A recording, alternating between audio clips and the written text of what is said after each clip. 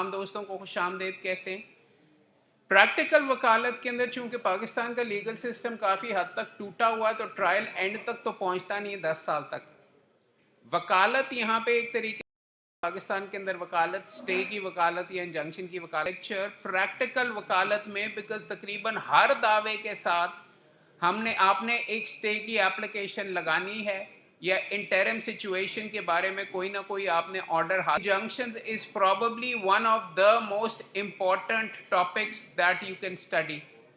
इस और सबसे आसान चीज ऑर्डर कोई दोस्त and it affects every writ के अंदर भी वही प्रिंसिपल्स लगेंगे, इधर भी वही प्रिंसिपल्स लगेंगे।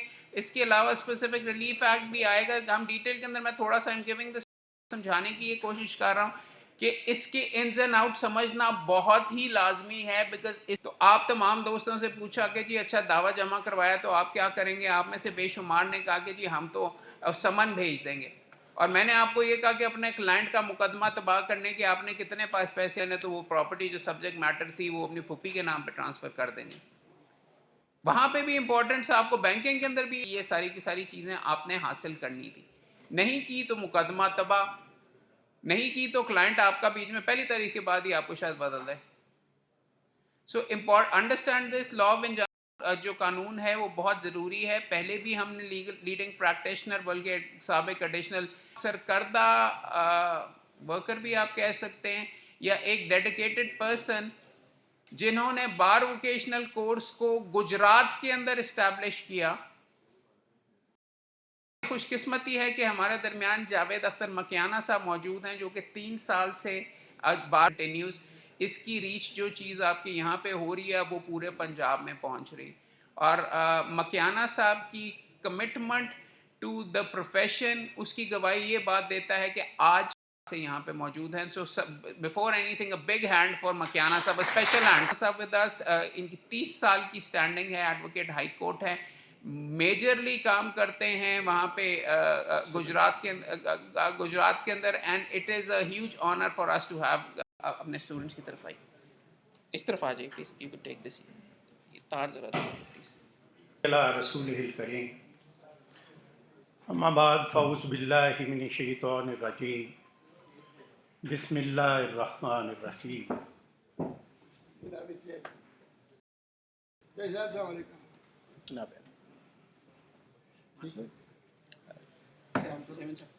Chairman Executive actually Punjab Bar Council, a big hand for Mehmet Sahab as well.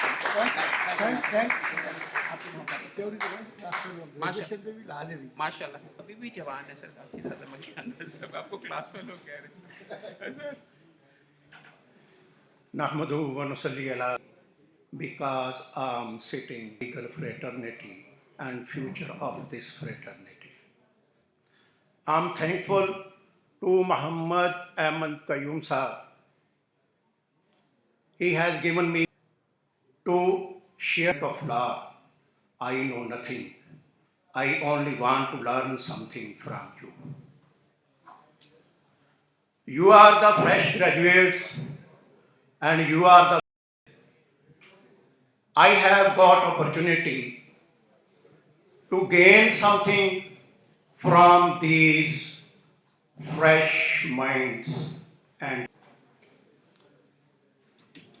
I only want to introduce myself in a few words. If you would not think about it, that it is self-praise. Only for introduction, I want to say, I have master degree in English literature and I am practicing law for 30 years and I am also advocate high court. I off and on also appear in the high court in my own cases. When this course was started in Gujarat, there was none who was ready to start this course, who know something about this course. The president of to the 2022 court office, and he said to me that this notification has come to us, but we are unable to understand what we should do. Then I voluntarily stepped forward and said, you constitute an educational committee and appoint me as a chairman of that course, and I will give you very important and successful result. So I was appointed a chairman of Bar Vocational Course Committee, and I run that institution, which was, from that day I'm running that institution, and approximately two new advocates, you are not students, you are advocates, to Muhammad Ahmad Qayyum Saab. He has given me opportunity to learn something and to deliver before you. Now we come on the point. Today our दोस्त इस बात को जानते हैं, एक common term use होती है stay. आपको इस बात का पता होना चाहिए कि लफ्ज़ स्टे जो है ये लीगल टर्म, किसी एक्ट को स्टे फरमा दिया जाए, लेकिन it is not a legal term, it is a general term which is used in daily routine life. अब फौजदारी कानून में जैसे इंटरम बेल एप्लीकेशन होती है, सोर्स है for the advocates, that is the stay application, that is the temporary injection. अब injection बजाते खुद इज नथिंग, ये और इसी तरह फॉर एग्जाम्पल कि आप परमानेंट इंजेक्शन चाहते हैं, आप चाहते हैं, आप करना चाहते हैं दावा हुक्म इम्तनाई दवामी। मिसाल से समझने की कोशिश करते हैं कि एक बंदे को खतरा है कि कोई मेरे प्लॉट पे कब्जा कर लेगा। अब उसको कानून में रेमेडी ये है, तनाई दवामी जो है वो दायर करे। अब दावे का फैसला तो पता नहीं 1 साल में हो, 2 साल में हो, 4 साल में हो, इंटरम रिलीफ भी तो चाहिए ना। तो वो इंटरम रिलीफ के लिए आप उस अपने दावे के साथ एक एप्लीकेशन लगाएंगे फॉर टेम्परेरी इंजेक्शन, राय हुक्म इम्तनाई आरजी। और इसको आप सबको पता है, अभी आप बता रहे थे कि कौन 39 रूल 1 इसको डील करता है। तो आप जो है वो एप्लीकेशन जो है वो ऑर्डर 39 रूल 1 की, इसके साथ साथ एक और भी है सेक्शन सीपीसी का, वो भी इसको डील करता है। वो है 151 inherent powers of the court. और हम 151 भी कि अगर ऑर्डर 39 रूल 1 के तहत नहीं रिलीफ बन रहा तो भी 151 inherent powers of the court हैं, वो भी हमें रिलीफ दे सकती है। अब इसमें रिलीफ क्या हमने मांगना है? रिलीफ ये है हमारा, वो 3 सूरतें हैं। किसी को कोई काम करने के लिए कहा जाए या फिर स्टेटस को मेंटेन रखा जाए, ये 3 ही सूरतें हैं। तो जो मैंने एग्जांपल ली है प्लॉट की, तो हम ये कह सकते हैं कि ता फैसला मुकदमा खाजा टेम्पोरेरी इंजेक्शन या इंटरम रिलीफ हमें ये दिया जाए कि ये बंदा जो है मेरा करे, या फिर मौके की सूरत हाल चूं की तू रखी जाए, विच इज कॉल्ड स्टेटस को। बड़े ही इंपॉर्टेंट इंग्रेडिएंट्स हैं जिनको पेश नज़र रखते हुए ही इंटरम रिलीफ भी मिलेगा और परमानेंट इंजेक्शन भी तब ही मिलेगा। इन इंग्रेडिएंट्स को बता सकते हैं, व्हाट आर दीज? मेरे दोस्त ने बहुत अच्छी बात की, प्रीमा फिशी कहते हैं, ठीक है, प्रीमा PRIMA, प्रीमा फिशी, और आगे जो है इरेपेबल लॉस और बैलेंस ऑफ कन्वीनियंस। अब इन तीनों को चंद लफ्जों में हम एलैबोरेट कर देते हैं। I want to elaborate these terms. Knowledge, you all are knowledgeful, I know. इसमें यह है कि आपका केस प्रीमा अब आपका केस प्रीमा फेशी या प्रीमा फेशी, जो चाहे आप बोल लें, वो किस वक्त एस्टेब्लिश होगा, इसकी क्या रिक्वायरमेंट्स हैं? कोई दोस्त?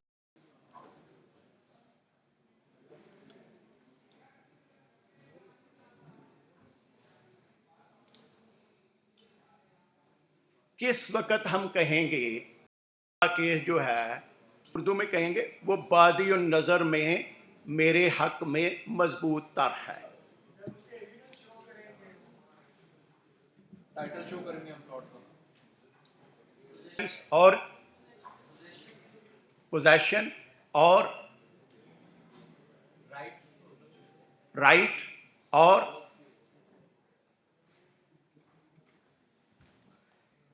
आपके पास कोई ऐसा डॉक्यूमेंट होना चाहिए जो ये साबित करे कि यू आर द ओनर। जी, document of property, any title document, मालिक साबित करे। अभी मेरे भाई कह रहे थे कि possession is also important in this, but mere possession cannot be proved. आप प्लाट के ऊपर पोजेस्ड हैं तो क्या आपकी, या आप फोर्सफुली पोजेस्ड हैं, ये भी तो हो सकता है ना। आपकी इलीगल पोजेशन भी तो हो सकती है ना। Possession does not prove your case a prima facie case. अब what is meant by irreparable loss? Please guide me and teach me. I'm only student of law. I know nothing about law. Clearly I say from nothing about law. I'm always student of law and I have tried to learn law at every moment. So please guide me कि what is meant by, for example अगर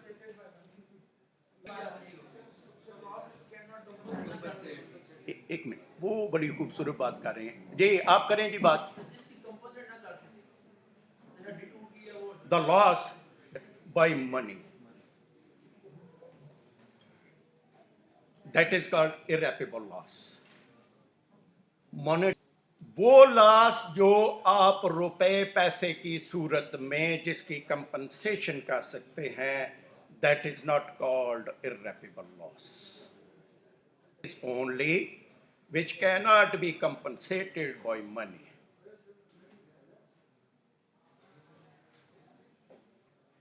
What is meant by convenience and balance of inconvenience? Please elaborate it.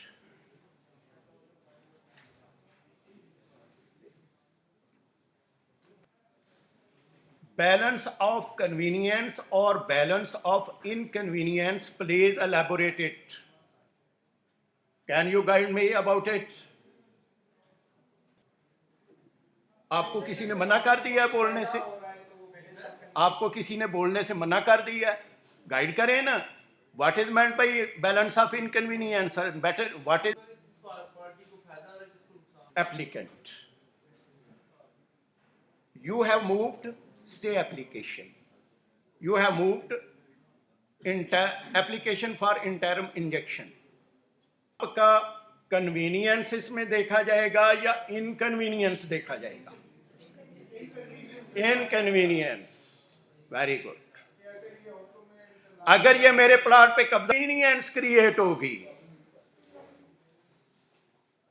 तो आम तौर of convenience is in my favour, हम ये लिखते हैं, ये नहीं।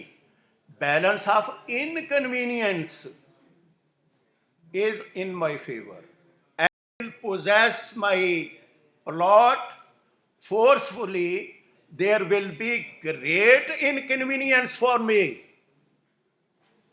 This is called balance of. अब आगे एक और बात विच इज वेरी इंपॉर्टेंट, ये जो दो शिक्के हैं या जो दो इसकी शर्तें हैं, irreparable loss and balance of inconvenience, these both clauses depend. ये कैसे? Can you guide me? पहले तो मेरी बात को समझने की कोशिश करें। Prima facie case, prima facie case वाली दूसरी दो उस पर डिपेंड करती है। उसका टाइटल देखेंगे, उसकी पोजीशन देखेंगे, ठीक है। और अगर हम जब नीचे बैलेंस ऑफ इनकन्वीनियंस में आएंगे तो अगर वो टाइटल उसका होगा तो भी हम देखेंगे कि बैलेंस ऑफ इनकन्वीनियंस उसके हाथ में है कि नहीं है। इररेपरेबल लॉस, इररेपरेबल लॉस तब भी होगा जब वो ओनर होगा प्रॉपर्टी, अगर वो है ही नहीं तो उसको कैसे हो सकता है?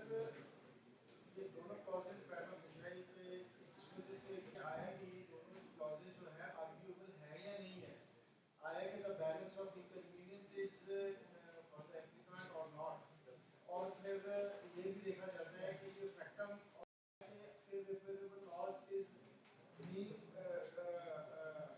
क्लियर और नॉट, ये आर्ग्यूएबल है या नहीं है, प्राइमा फिशरी यानी बाकी नजर नजर आ रही है नहीं आ रही। any other advocates who want to explain this fact?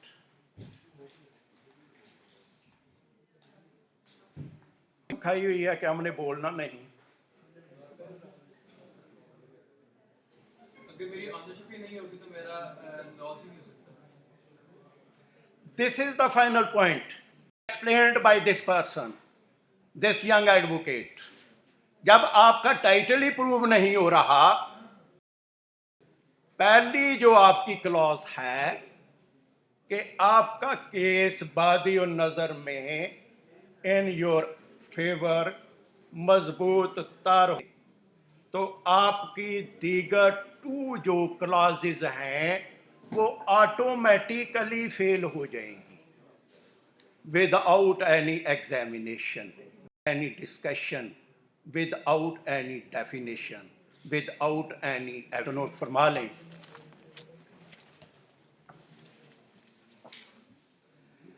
2019 CLC 33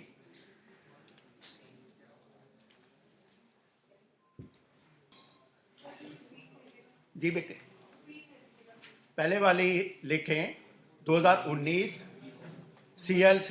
group में लगा दो। हाँ जी, ग्रुप में भेज दो।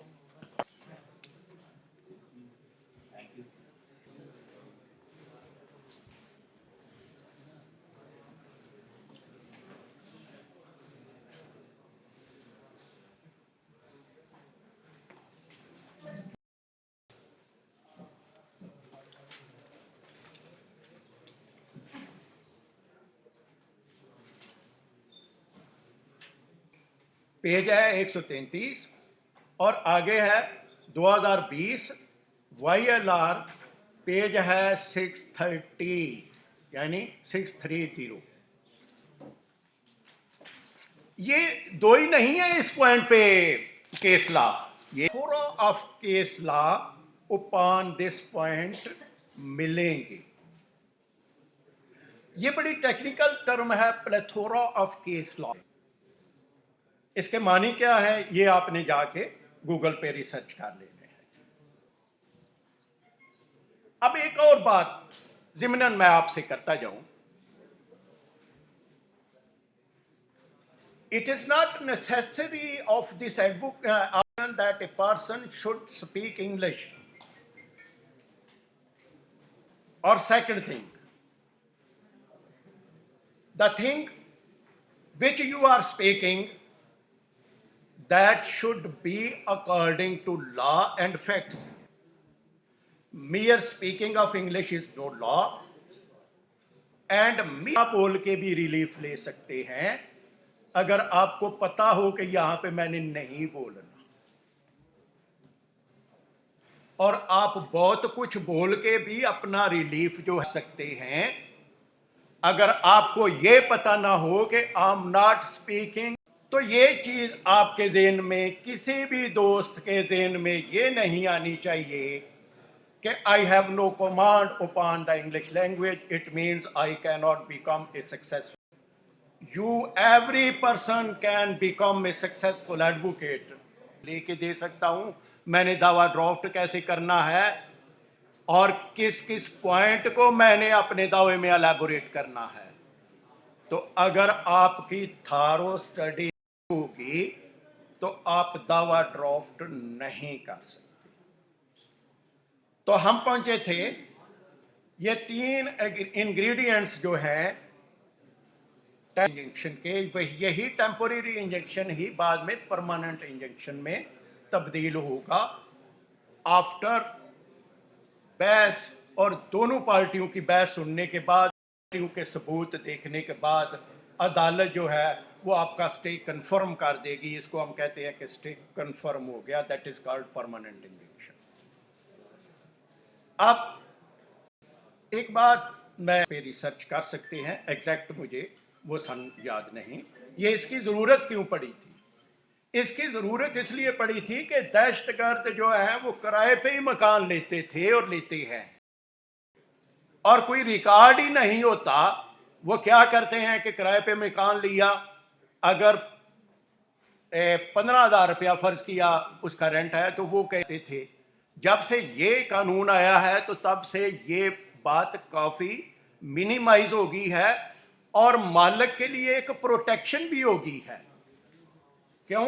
पब्लिक डॉक्यूमेंट जब हम उसकी, हम अपने ही टॉपिक की तरफ आते हैं, तो हमारा ये तो साबित हो गया कि 3 इंग्रेडिएंट्स जो हैं ये दीज आर द इम्पोर्टेंट, और इसमें मोस्ट इंग्रेडिएंट है प्रिमा फेशी केस वाला। अब हमने स्टे एप्लीकेशन दायर कर, इंटरम रिलीफ दे या ना दे, वो इंटरम रिलीफ देगी आपको आपकी इस्तदा के मुताबिक। क्लास में अगर आपने ये कहा हुआ है कि इसे कहा जाए of this case he should not dispossess me, he should not possess my plot, ये होगी सूरत। दूसरी सूरत ये है कि बाज़ औक़ात ये होता है कि उस बंदे ने, तो आपने फिर वहाँ पे ये कहना है कि इसको एक तो ये मना किया जाए कि ये मेरे प्लॉट पे कब्जा ना करे, दूसरा ये है कि ये मज़ीद कंस्ट्रक्शन ना कहे, कि जो इसने कंस्ट्रक्शन की हुई है ये अपनी कंस्ट्रक्शन को वहाँ से हटा दे।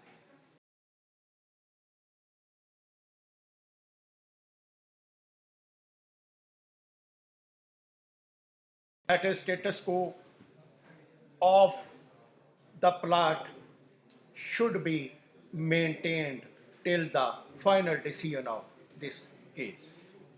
ये कोई सूरत आपको अदालत जो है वो ग्रांट कर देगी। इसके बाद क्या है?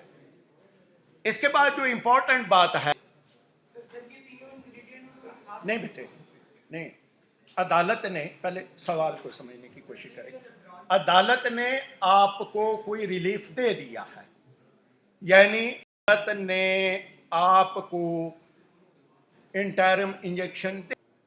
तुम्हारे साथ लोगों को ना ये एक जेलेसी हो जानी है। हर बात आप करेक्ट अकॉर्डिंग टू लॉ बता रहे हैं। नोटिस सर्व होगा मुद्दालय पे, ठीक है जी।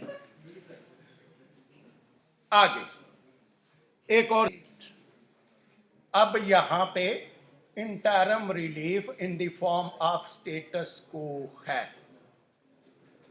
जब इंटरम रिलीफ इन द का, तो वो इंजेक्टिव और From the day of order, isn't our boss? आप बताएं। इन्होंने कहा from the day of order, when order has court, from that time implementation of status quo will be started. I'm not understanding your English, please. Status को before the institution of suit जिस status पे parties थी वहां पे restore हो जाएगा। My question. उस पे आएंगे आपकी बात पे। आपका इंटरम ऑर्डर, उसकी इम्प्लीमेंटेशन हो गई, वो इम्प्लीमेंट हो गया। यहां पे ये है कि स्टेटस को सिर्फ जारी हुआ है कि स्टेटस को शुड बी प्रॉपर्टी। ये स्टेटस को कब से इंप्लीमेंट होगा? The moment when the order is passed by the court. आप भी ठीक है, आप भी ठीक है। यहां पे सिचुएशन चेंज हो जाती है जब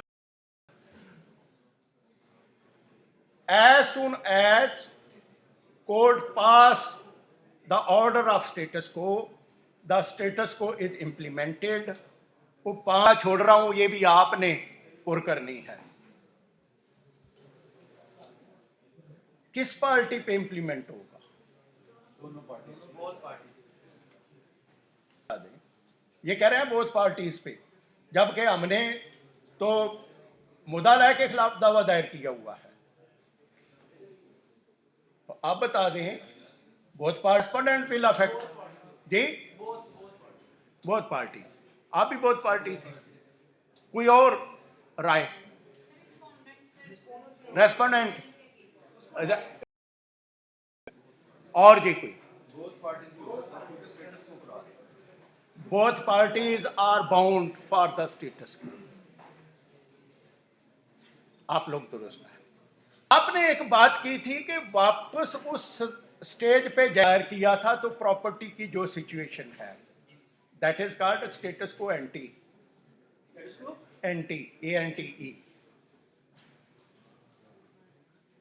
एंटी किस वक्त होगा, ये इसकी बे सिचुएशन आपको समझाते हैं कि स्टेटस को एंटी क्या।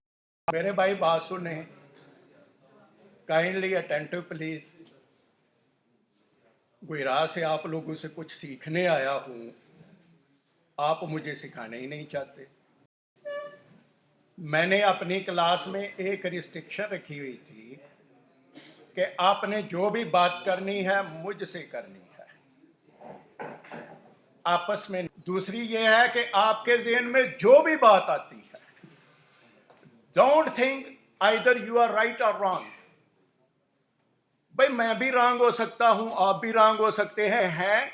Better, good and correct solution तलाश करने के लिए यहां पे ना कोई उस्ताद है ना कोई शागिर्द है। We all are advocates, we all are colleagues to each other. तो आप काइंडली मेरी तकार दे कंटेम्प्ट के सेक्शन के तहत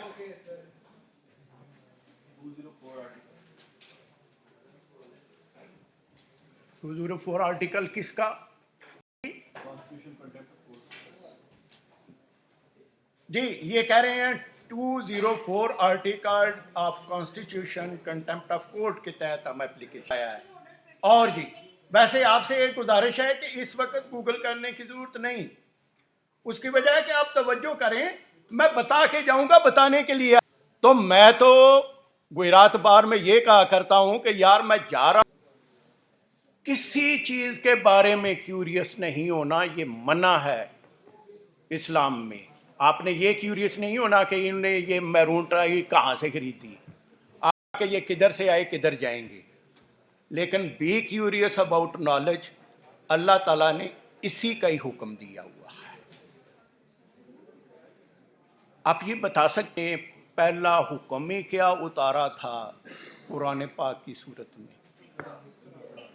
तो इसका मतलब है कि इंपॉर्टेंस तो सिर्फ नॉलेज की हुई ना। और एक और मैं बात अपने 30 साल एक्सपीरियंस की भी आपको बता दूं, don't be curious about money, be curious about knowledge. Money will come after you. Will go after money, that will go away. और नॉलेज तो आप हासिल ही नहीं कर रहे, ना खुदा ही मिला, ना इधर के रहे ना उधर के।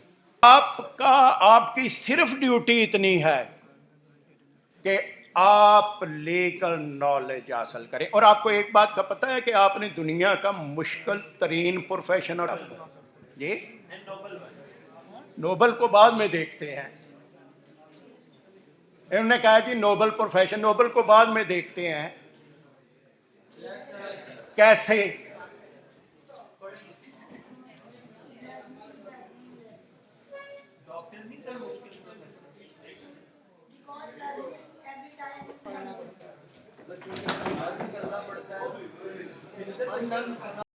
क्यों इतनी खामोशी से बैठे हुए और कोई बंदा बोलने की जसारत नहीं कर रहा? और बात सुने, यहां पे आप बात करें, कोई बंदा आपको ये नहीं कहेगा कि आपने ये क्या बात कर दी, कोई नहीं कहेगा। करें आप, फिर सुने आपने क्यों दुनिया, डॉक्टरी इज द डिफिकल्ट प्रोफेशन। मेरे भाई डॉक्टरी भी, medical profession is not the difficult profession as compare to the advocacy. Advocacy is the most difficult in the world and the most noblest profession of the world. Why? अभी आपको बताता हूं। It is one aspect of this profession. It is one aspect of this profession कि फांसी पे चढ़ा हुआ उतार लिया और जिसकी नहीं बनती चढ़ा दिया।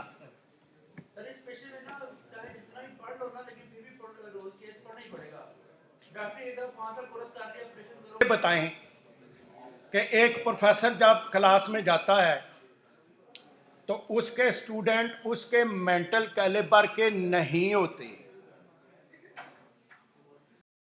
ना नॉलेज वाइज, ना एक्सपीरियंस वाइज, ना एज वाइज। वो जो भी पढ़ा आता है वो सुन लेता है। तो आपकी केमिस्ट्री का आज जो आपने लेक्चर दिया है, आज से 20 साल बाद भी आपने वही लेक्चर देना है। एक दूसरी बात, यानी ये तो तय हो गया कि प्रोफेसर का स्टूडेंट जो है, कच्ची रोटी और पक्की रोटी आप समझते हैं? जो कच्ची रोटी और पक्की रोटी आज पड़ी है, क्या समझते हैं आप? कच्ची रोटी पक्की रोटी क्या है? ये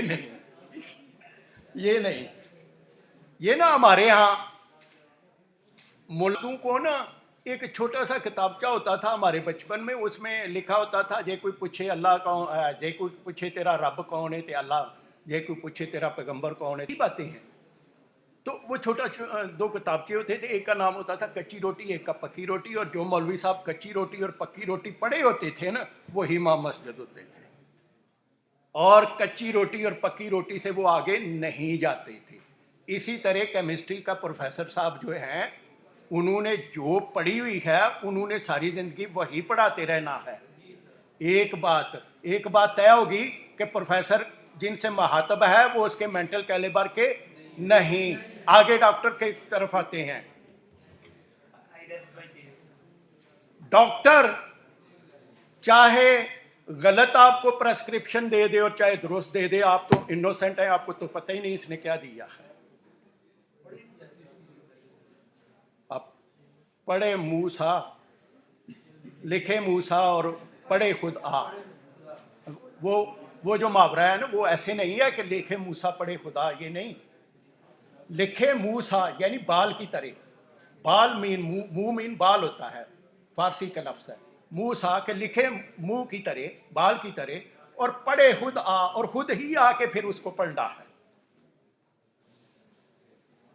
तो वो ना एक साहब गांव में मशहूर थे कि वो खत लिख लेते हैं। तो एक माई, जरा थोड़ा सा आप बोर ना हो जाए, इसलिए एक माई उनके पास आती है खत लिखवाने के लिए। तो वो कहता है कि मैं खत नहीं लिख सकता, मेरी लत च अज दर्द है। वो लिखे मूसा से ये जरा। तो माई आख्या लिखना खाते तू, लत तेरी च दर्द, ये की होया? उन्हें आख्या जिथे खत जाना है उत्थे पढ़न भी मैं ही जाना है। तो ये लिखे मूसा पढ़े खुदा वाली बात को इधर ही रहने देते हैं। यानी ये यहाँ से आई थी कि उनकी जो प्रिस्क्रिप्शन होती है वो खुद ही लिखते हैं, खुद ही पढ़ते हैं, दूसरा पढ़ भी नहीं सकता। लेकिन इसमें सोचने की बात यह है कि जिसको वो लिख के दे रहा है वो मेडिकल नॉलेज से मुकम्मल बेबहरा है। इसका मतलब है उसने जो लिख दिया दुरुस्त है, ऐसे ही है। चले एक इंजीनियर जाता है साइट पे, उसने एक इमारत शुरू की हुई है या एक सड़क शुरू की हुई है, तो क्या वो जो प्रेस्क्राइब्ड लाइनें और जो प्रेस्क्राइब्ड एंगल हैं उनकी खिलाफ वर्जी करते हुए कोई चीज़ बना देता है? तो ईंटें उसे डिबेट करती हैं कि मैंने तो ऐसे लगना था, मुझे तुमने ऐसे लगा दिया। दीवार डिबेट करेगी, छत डिबेट करेगी, तो इसमें इतनी कंक्रीट की रेशो होनी थी, आपने इतनी डाल दी है। लेकिन वकील इधर एक बंदा खड़ा है जो इसके मेंटल कैलिबर का है। आपने जो ही गलती की उसने आपको दबोच लिया, और आगे जो आपके बैठा हुआ है बंदा वो आपसे भी कहीं ज्यादा मेंटल कैलिबर का है, आपने उसको भी मुतमईन करना है। और सबसे ज्यादा जो इसमें मुश्किल पेश आती है, एक साथ पीछे लेमैन खड़ा है जो आपका क्लाइंट है, आपने उसको भी मुतमईन रखना है। तो क्या दुनिया का मुश्किल तरीन प्रोफेशन क्या हुआ? वकालत। और एक और बात मैं आपको बताऊं, मेरे भाई डॉक्टर बीमार है, बैठा हुआ है, लोगों को जिंदगियों से खेल रहा है, खुद बीमार है। इंजीनियर की टांग कटी हुई है, गाड़ी पे बैठ के साइड पे चला गया। आपके अगर सर में भी दर्द हो ना तो आप केस नहीं कंडक्ट कर सकते। और एक वकील बनने के लिए क्वालिटीज क्या क्या चाहिए? Good health, You should be very learned. Number one, you should have command upon the 3 languages. One English, second Urdu and third Punjabi. और अगर आप सिंध में हैं तो फिर सिंधी, अगर बलूचिस्तान में है तो बलूची, और अगर आप KPK में है तो पश्तो। क्यों आनी चाहिए? पंजाबी की आपको समझ क्यों होनी चाहिए? क्लाइंट आपका कोई PhD होना है? तो PhD तो लड़ते ही नहीं। वो लड़ना तो रह में फजे गामे ने बनने की लड़ना है, उन्हें तो डिकोले आमना है। एक और लैंड ग्रैबर होगा जो जिसकी गुफ्तगू भी ऐसे होगी, मूछें भी ऐसी होंगी, उन्हें आखा भाजी छड़ो असी कर लिया कब्जा, थोड़े को छड़ान होंदा ते छड़ा लो। वो साड़ियां आदतां ही ये ने। अब आपने उसको भी टैकल करना है। और अगली बात, उसने टर्मिनोलॉजी अपनी बोलनी है, कोई आपकी तो नहीं बोलनी। तो आपको समझ होनी चाहिए कि जो ये बात कह रहा है उसके मानी क्या है। वो ना, मैं एक it is not self praise आपको समझाने के लिए कि क्यों वकील का प्रोफेशन क्यों मुश्किल है। मैं एक मर्डर केस कंडक्ट कर रहा था तो उसमें ये आ गया, तफ्तीशी अफसर लिखता है कि मुलजम ने आगे आगे चल के जाके कुड़ में से आला कत्ल बरामद करवाया। अब मुसीबत पड़ गई। कोर्ट कहती है what is meant by code. मैं कहा जी ये जो सब लिखवा रहे हैं ना यही बताएं। he belongs to that locality which is called अंदरूने शहर। जिंदगी में ना कुड़ देखी ना कुड़ के पर्पज का पर्दा।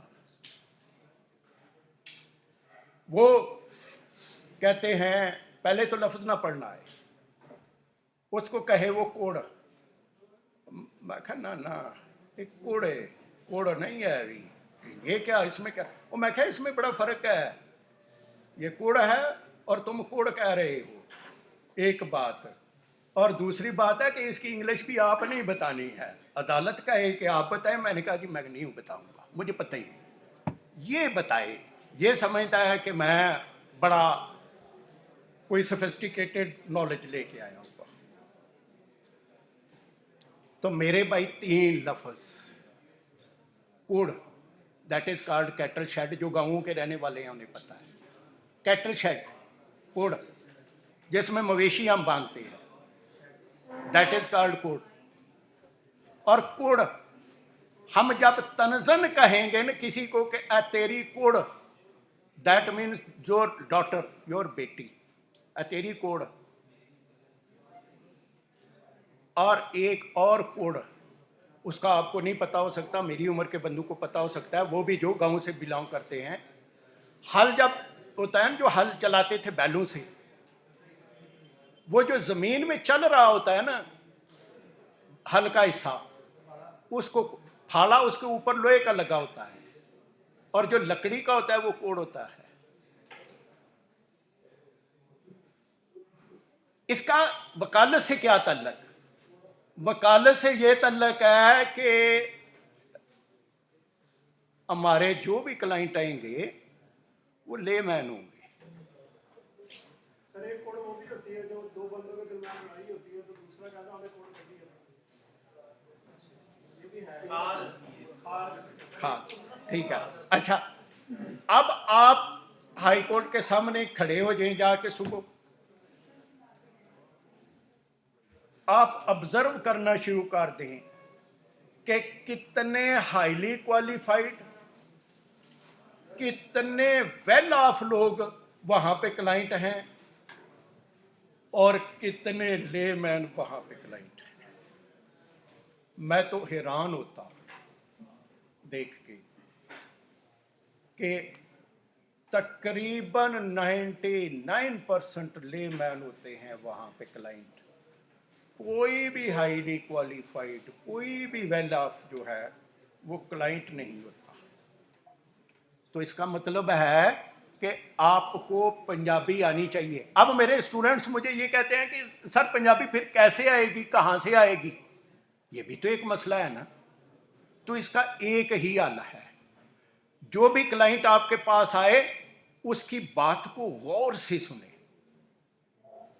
एक बात। और जो बात समझ नहीं आ रही उसको नहीं पता चलना चाहिए कि आपको बात की समझ नहीं आ रही। आप उसे कह सकते हैं कि बाबा जी अपनी गल जरा फिर दोहराओ। हाँ बाबा ਜਿਹੜੇ गल दोहरा पे ਜਿਹੜਾ लफज ਤੁਸੀਂ ਕੋੜ पे बोलते हो, ਇਹ ਤੁਸੀਂ ਸਾਡੀ ਜ਼ਬਾਨ ਵਿੱਚ ਤੇ ਮੈਨੂੰ ਪਤਾ ਹੈ ਕਿਹਨੂੰ ਕਹਿੰਦੇ ਨੇ, ਤੁਸੀਂ ਕਿਹਨੂੰ ਕਹਿੰਦੇ ਹੋ? ਉਹ ਆਪੇ ਦੱਸੇ ਦਾ ਪੁੱਤਰ ਜਿੱਥੇ ਡੰਗਰ ਬੰਨਣੇ ਆ ਅਸੀਂ ਉਹਨੂੰ ਅਸੀਂ ਕੋੜ ਕਹਿੰਦੇ ਆ। यानी आपने अपनी इग्नोरेंस भी उस पे अया नहीं होने देनी, एक बात। और दूसरी बात, आपकी जेब में पैसा है या नहीं, don't be curious for money. आपके चेहरे पे भी ये अया नहीं होना चाहिए कि तुम मुझे फीस दोगे तो मैं इधर बैठा हुआ हूं, तुम फीस ना दोगे तो मैं नहीं बैठा हुआ। किसी ने फीस नहीं देनी, कोई घर से फीस लेके आपको देने के लिए नहीं आता। You are the officer of the court, behave like an officer of the court. बात आप करें, पता चले अगले को कि I'm sitting before the officer of the court. तो ये बात हम वापस आते हैं कि it is the most difficult profession of the world. तो अब आप आते हैं हम नोबल प्रोफेशन पे। मेरे भाई, नोबल क्वालिटीज होती हैं, इंडिविजुअल्स नहीं होते। डिग्निफाइड प्रोफेशन नहीं होता, dignified people make the profession dignified. अगर आप एक वकील की क्वालिटीज पे पूरे ही नहीं उतर रहे तो आप ये समझें कि लोग मुझे नोबलेस्ट समझें, इट इज इम्पॉसिबल। भाई घोड़े का काम दौड़ना है ना, दौड़ना है, तो जो दौड़ ना सकता उसको हम घोड़ा कहेंगे? वो नोबल नहीं है, नाम का घोड़ा है, नाम का घोड़ा है। भैंस का काम दूध देना है ना, दूध ना दे तो वो भैंस तो नहीं होती ना, वो सिर्फ नाम की भैंस होती है। उसकी कीमत उसी सूरत में लगेगी 10 लाख 15 लाख 20 लाख, जब वो 20-24 लीटर दूध भी दे रही होगी। तो माज यूनिफॉर्म पहन लेने से और माज अपने पास लाइसेंस आ जाने से बंदा डिग्निफाइड और नोबलेस्ट नहीं बनता। नोबलेस्ट आपको बनाएगा आपका नॉलेज। आगे एक और बात, what is the definition of personality? Define the personality. हम कहते हैं he has great personality, he is a great personality वगैरह वगैरह। You show to the outer world and what you are, the way you carry yourself. The way you carry yourself, you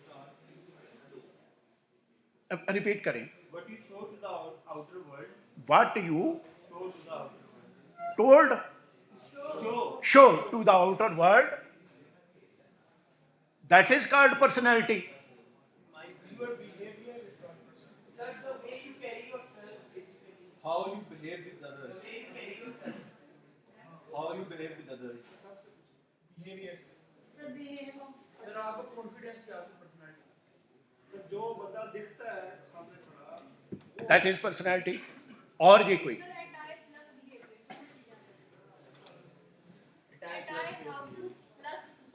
entire outlook plus behaviour entire outlook plus behavior, that is personality. that is called personality. अच्छा, एक बात बताएं, पाकिस्तान की judiciary के एक chief justice गुजरे हैं, उनका 4.5 फीट कद था, 4.5 फीट कद था। नसीम हसन शाह साहब, आवाज़ भी जनाना थी, चीफ जस्टिस ऑफ पाकिस्तान गुजरे। अगर आप लोगों की बातों को लेके पर्सनैलिटी को हम ड्रॉ करेंगे या पर्सनैलिटी की मीनिंग्स को ड्रॉ करेंगे तो Naseem Hasan Shah should not be the chief justice of Pakistan. आज आप नोट कर लें what is meant by personality.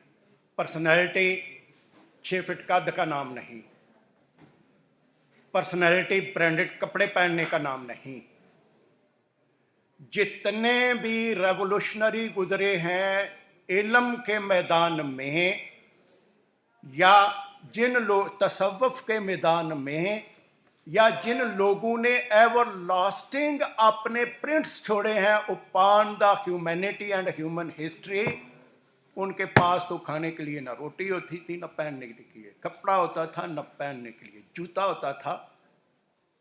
Sheikh सादी जा रहे थे, पाँव में जूते नहीं थे, संगलाख रास्ता था, पाँव जख्मी हो गए, अल्लाह से शिकवा किया कि ये वो अपनी अकायत में लिखते हैं कि या अल्लाह क्या है, मुझे एक जूता अगर तू अता फरमा देता। तो जब आगे गए तो एक बंदा देखा, उसकी एक टांग ही नहीं थी। फौरन तौबा की, या अल्लाह ये मुझसे क्या गलती होगी, मैंने क्यों शिकवा कर दिया, इससे तो कहीं बेहतर हूं कि मेरी 2 टांगें तो हैं ना। वो बंदा जिसका अदब आज भी पढ़ाया जा रहा है और कम अज़ कम 1000 साल से ज़्यादा, अगर मैं गलती पे नहीं तो 1000 साल से ज़्यादा हो चुके हैं उसको गुजरे हुए। तो अगर पर्सनैलिटी इसी बात को गिना जाए, ब्रांडेड कपड़े ब्रांडेड गाड़ी, तो फिर तो उसका नाम मिट जाना चाहिए था अभी तक। डेफिनेशन नोट कर ले, the mental aptitude of a person constitutes his personality. The mental aptitude, not attitude, aptitude of a person constitutes his personality.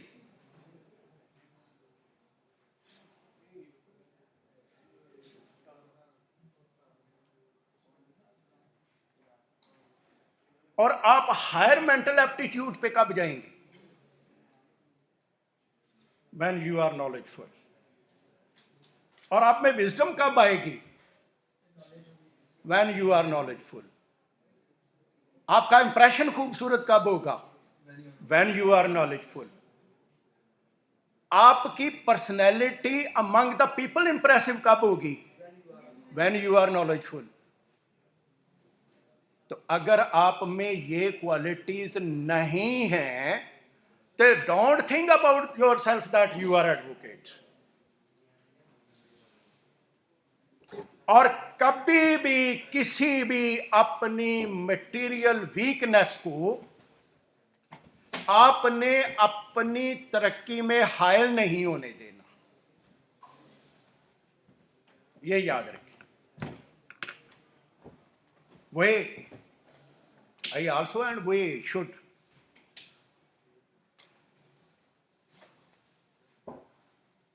copy the founder of Pakistan and we should idealize the founder of Pakistan. मैं हमेशा, और आपको भी, मैं हमेशा proudful क्यों feel करता हूँ in this profession? I feel very proudful in this profession. Why? बताएं। You should feel proudful in this profession. Why? बताएं।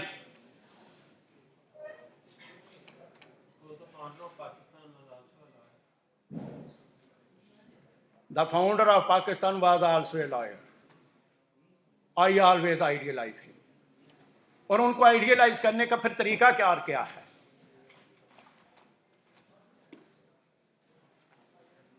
बताएं।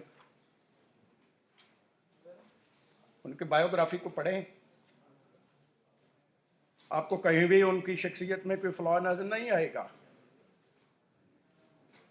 और हम उनको आइडियलाइज करें भी क्यों ना, वो शख्सियत है जिनको हम तो फाउंडर ऑफ पाकिस्तान होने की वजह से उनके एहसानमंद हैं ही, लेकिन अंग्रेज बायोग्राफर्स जो उनके हैं वो भी उनकी तारीफ किए बगैर नहीं रह सके। और मैंने जब भी स्टैनले वॉलपर्ट की ये कोटेशन जो मैं आपके सामने रखने लगा हूं, जो उसने अपनी किताब द जिना ऑफ पाकिस्तान में के सारे वर्क पे लिखी हुई है, स्टैनले वॉलपर्ट की का तारुफ ये है कि he was the professor of Indian history in the Los Angeles university of California and he has written the biography of our founder of Pakistan हजरत Quaid-e Azam, and on the first page of his book a quotation is given. वो लिखता है, a few people had significantly changed the course of history. The course of history mean, यहाँ पे क्या है? The course of history mean, यहाँ पे course of history के क्या मानी है? दारा, तारीख का दारा। लेकिन इसके हम ये जो है वर्ल्डली मानी भी ले सकते हैं कि इसके लफ्जी मानी भी हम करेंगे ना तो वो भी ले सकते हैं। कैसे? कि भाई पहले जो हिस्ट्री आ रही थी उसको भी चेंज कर दिया, यानी जो लिखी हुई जो आ रही थी किताबों में उसको भी चेंज कर दिया। तो यहाँ पे है कि उन्होंने तारीख का दायरा चेंज कर दिया। आगे अगला फिक्रा सुने, अगला फिक्रा सुने। ए फ्यू के मानी होते हैं चंद, फ्यूअर के मानी होता है ना होने के बराबर।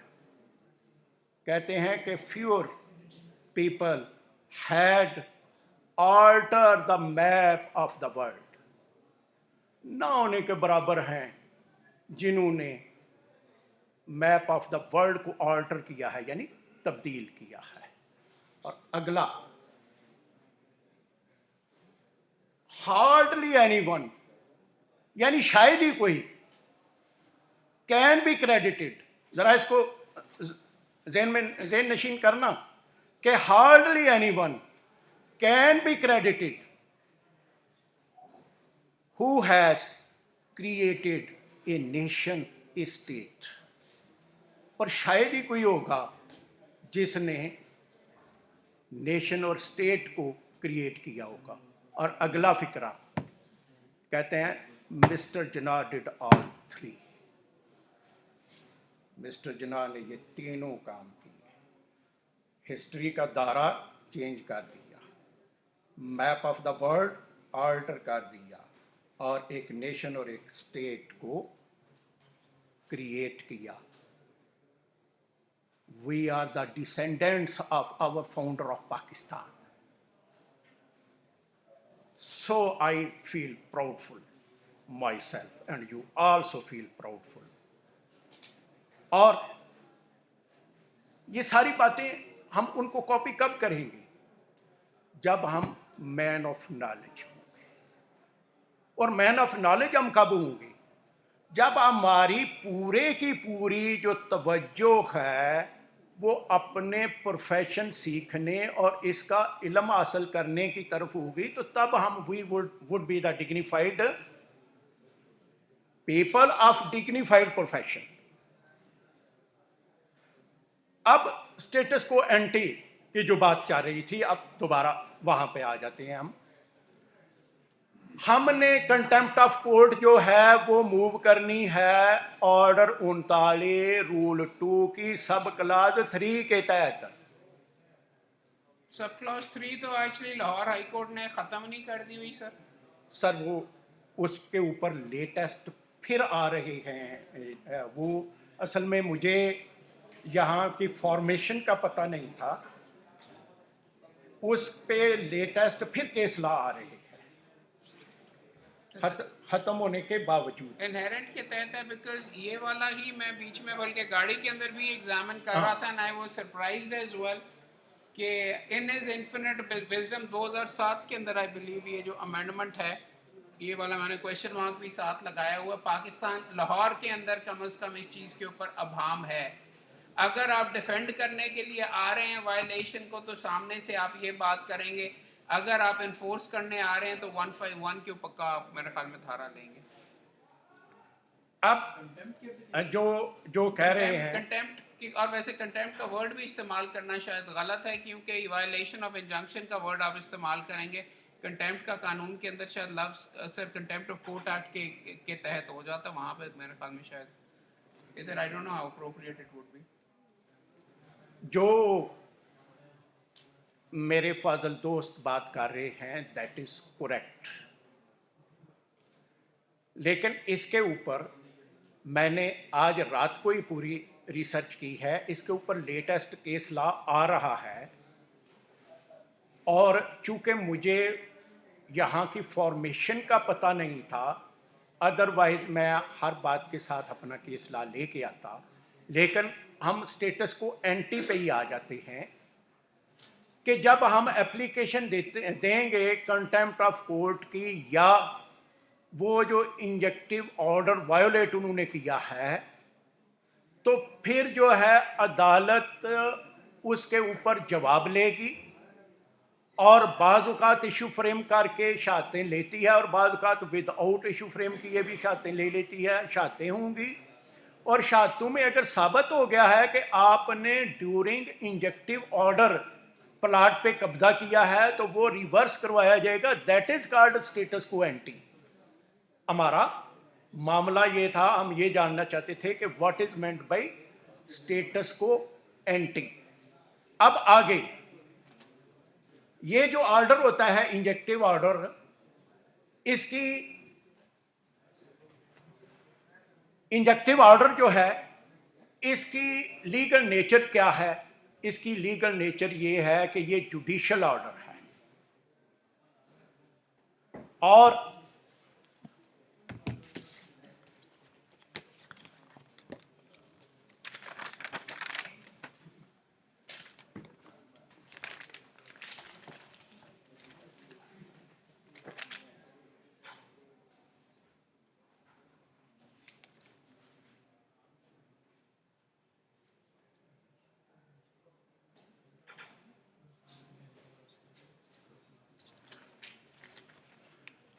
अब ये अगरचे इंटरलॉकटरी ऑर्डर है, लेकिन इसके खिलाफ अगर आपकी एप्लीकेशन खारिज हो गई है तो आप अपील में जाएंगे। आगे वो कौन कौन सी सिचुएशंस हैं जिनमें आपको इंटरिम रिलीफ उसी वक्त दिया जाएगा और वो कौन सी सिचुएशन है जिनमें नहीं दिया जाएगा। अब मैं केस लॉ के रेफरेंस से आपको लिखवा देता हूं।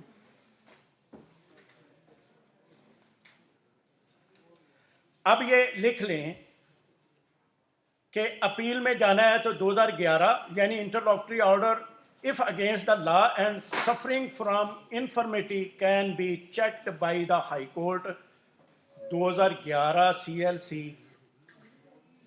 पेज है 373। 2011 CLC पेज है 373।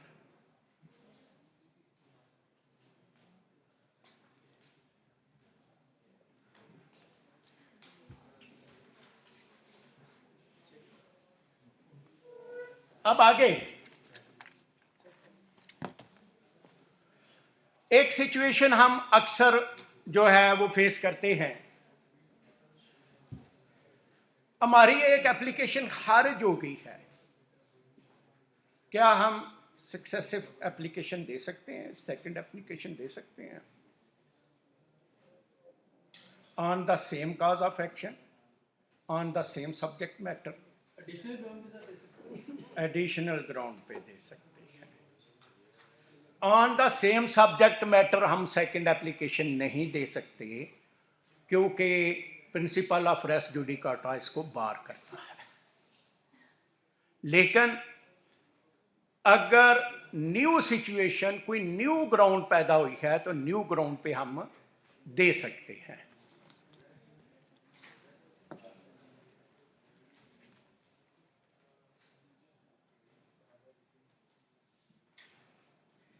ये जो हम नहीं दे सकते वो तो आप लिखें 2010 MLD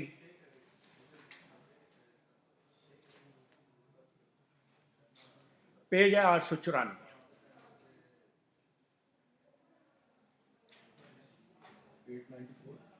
जी 894।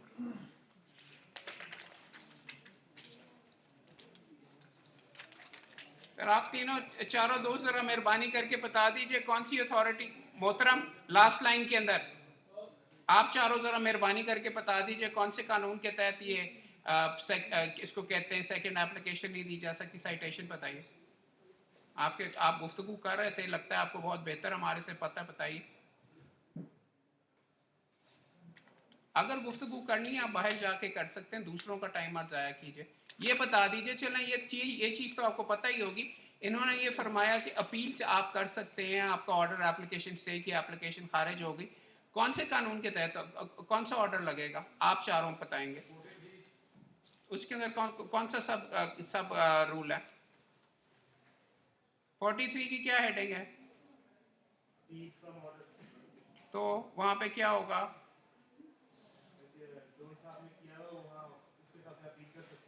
तो अगर आपको पता है तो बाकियों को तो पता लग लेने दें, गुफ्तगू कम करें प्लीज़।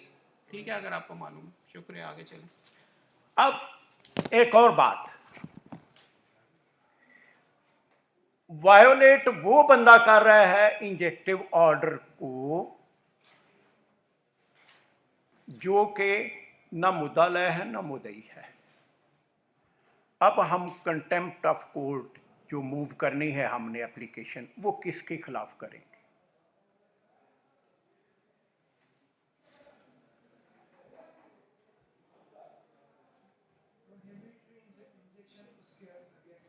किसके खिलाफ, जो कर रहा है वायोलेट। हाँ जी, हाँ जी, ठीक है। इसमें ये है कि ये जो रूल 2 है न, और उसकी सब क्लास 3 या रूल 2 को भी हम जब पढ़ेंगे तो उसमें लफ्ज पार्टीज नहीं लिखा हुआ, उसमें लफ्ज पर्सन लिखा हुआ है। तो इसका मतलब है कि जो भी बंदा वायोलेट करेगा उसके खिलाफ हम कंटेम्प्ट ऑफ कोर्ट मूव कर सकते हैं। इसके लिए साइटेशन भी आप नोट कर लें, 2006 YLR,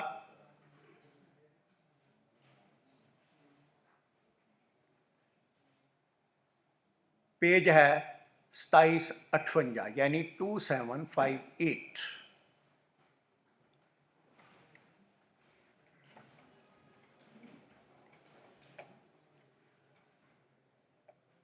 हो गया जी। अब यह है कि न्यू ग्राउंड्स के ऊपर हम दोबारा एप्लीकेशन दे सकते हैं। उसके लिए लिख लें PLD 1963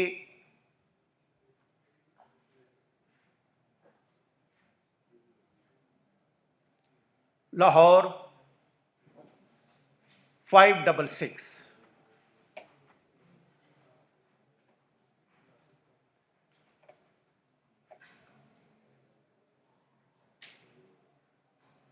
लिख लिया जी।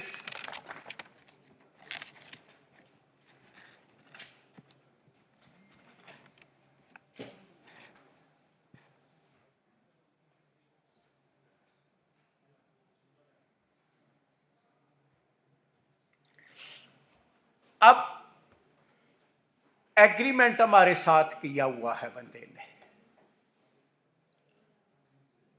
कुछ पैसे ले लिए हैं, कुछ अभी लेने हैं या सारे ले लिए हैं, कब्जा हमें मुंतकिल कर दिया है और वो हमारे कब्जे में अब मुदाखलत करने के दर पे है, कब्जा वापस छीनना चाहता है।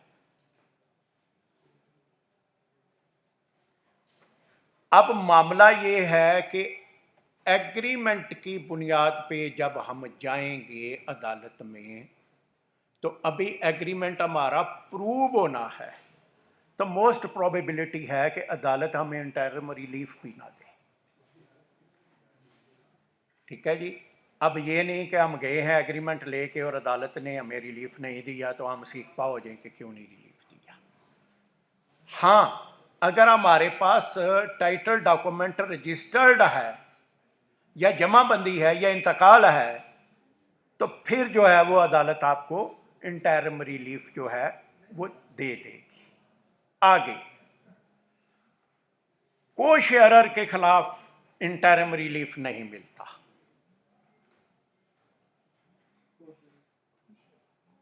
को-शेयरर किसे कहेंगे? मुश्तरका खातादार जो है। Every co-sharer in a joint khata is deemed to be the sharer of every inch of the joint खाता, क्योंकि वो जॉइंट खाते के हर इंच में को-शेयरर होता है। तो को-शेयरर के खिलाफ नहीं मिलेगा हमें इंटरिम रिलीफ। तो इसके लिए आप लिखें 2006 YLR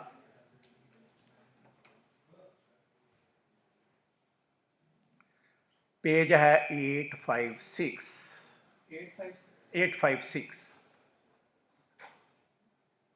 हो गया जी। ये तो एक बात आई।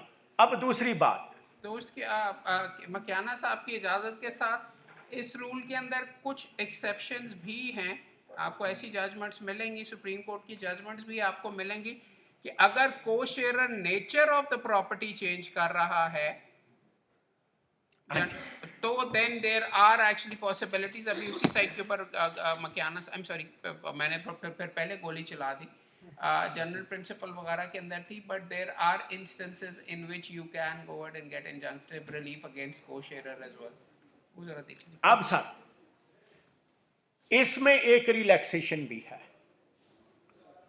वो ये है कि अगर co-sharer nature of the land तब्दील कर रहा है या हम एक लफ्ज़ उर्दू का बोलते हैं बदू तकसीम, without the partition of land, वो उसको एलियनेट कर रहा है, तो आपको इंटरम इंजेक्शन और परपेचुअल इंजेक्शन दोनों मिल जाएंगे, यानी परमानेंट इंजेक्शन भी, इंटरम इंजेक्शन भी मिल जाएगा।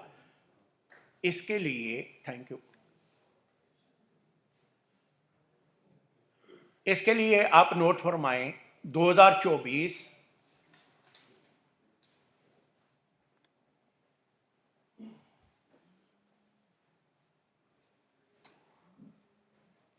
लेकिन 2024 CLC पेज है 699।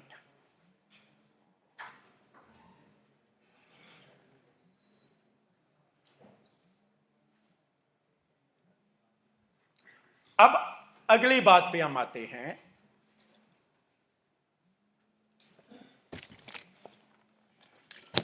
आप बंद हो गया, अननोन नंबर से था। अगली बात ये है कि ये जो इंटरम रिलीफ हमें मिला और हमारा बाद में स्टे कंफर्म भी हो गया, बहस हुई, स्टे कंफर्म भी हो गया, ये क्या मेन सूट की फाइनल जजमेंट को मुतासर करेगा या नहीं? Very important question. बताएं भाई, हमें इंटरम रिलीफ मिला, उसके बाद पार्टियों की बहस हुई, स्टे कंफर्म हो गया, क्या जो फाइनल जजमेंट है उसको ये अफेक्ट करेगा? हाँ जी, ये फाइनल जजमेंट को अफेक्ट नहीं करेगा, एक बात। दूसरी बात ये है, इंटरम रिलीफ देते वक्त भी टेंटेटिव असेसमेंट होगी, deeper appreciation of evidence and facts नहीं होगी।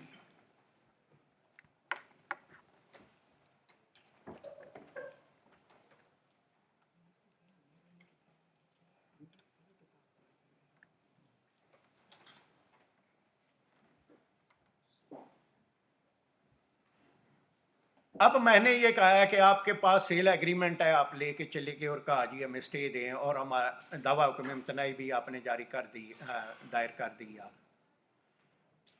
तो कानून ये कहता है कि sale agreement confers no right, it is not title of document. Sale agreement के तहत आप सिर्फ और सिर्फ स्पेसिफिक रिलीफ एक्ट के तहत दावा तामीले मुख्तस कर सकते हैं।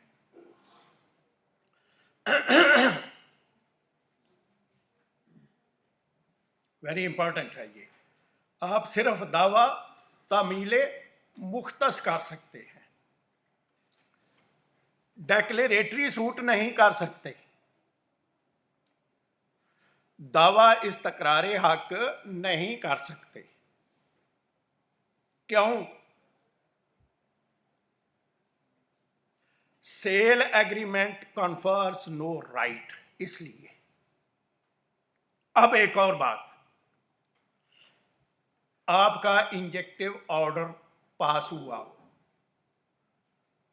दौरान इंजेक्टिव ऑर्डर एंड दौरान सबसिस्टेंस ऑफ दैट सूट कोई आपकी उस प्रॉपर्टी को फर्दर एलियनेट कर देता है,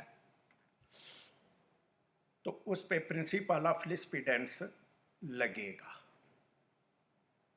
ये प्रिंसिपल ऑफ लिस्पिडेंस मैंने अभी कर दिया एक्सप्लेन, वैसे आप बताएं ये क्या होता है?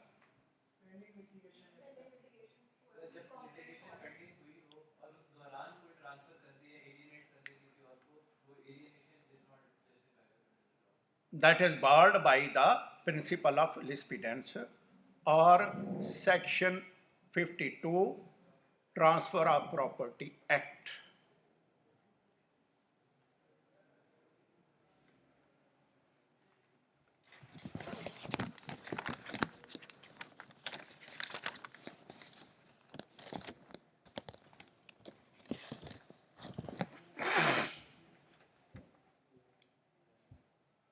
अब भाई आपके राइट्स ऑफ प्राइवेसी कोई मुतासर कर रहा है, तो वहां पे तो आपके पास कोई डॉक्यूमेंट्री प्रूफ नहीं ना। आपके घर के सामने कोई मल्टी स्टोरी बिल्डिंग बना रहा है, तो आपके राइट ऑफ प्राइवेसी जो है मुतासर हो रहे हैं। तो आप कोर्ट में जा सकते हैं फॉर परमानेंट इंजंक्शन यानी हुक्म इम्तनाई दवा में, और फॉर टेम्पोरेरी इंजेक्शन। इसके लिए आप नोट फरमा लें 1989 MLD 1966।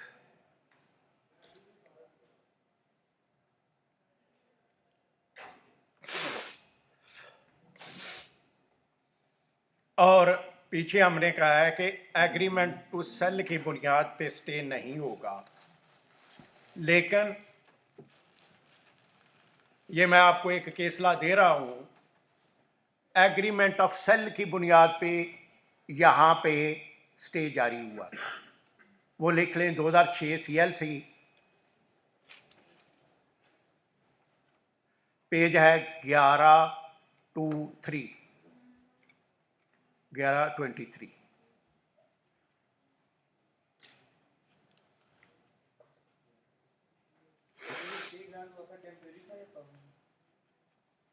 परमानेंट, हाँ जी, तभी तो ये साइटेशन तभी क्रिएट हुई है ना, ये इस पे फाइनल एडजुडिकेशन हुई है तो तभी क्रिएट हुई है ना।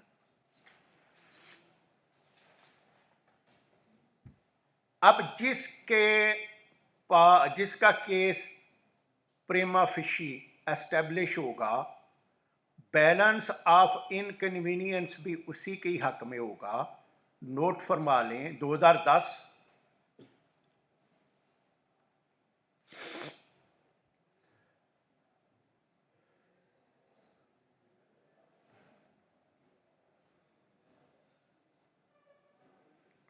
YLR, पेज है 104।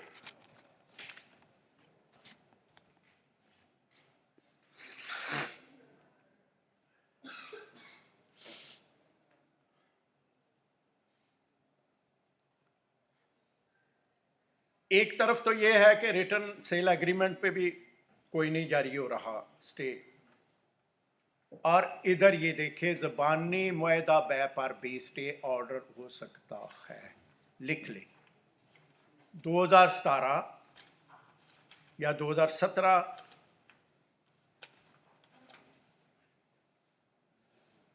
CLC note 153 page 170।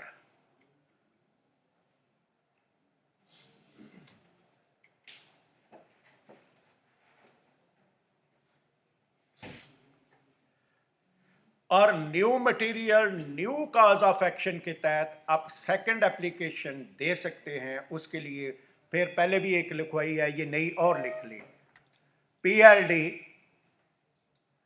1979 कराची 258। अगली साइटेशन लिखें 2003 CLD 876।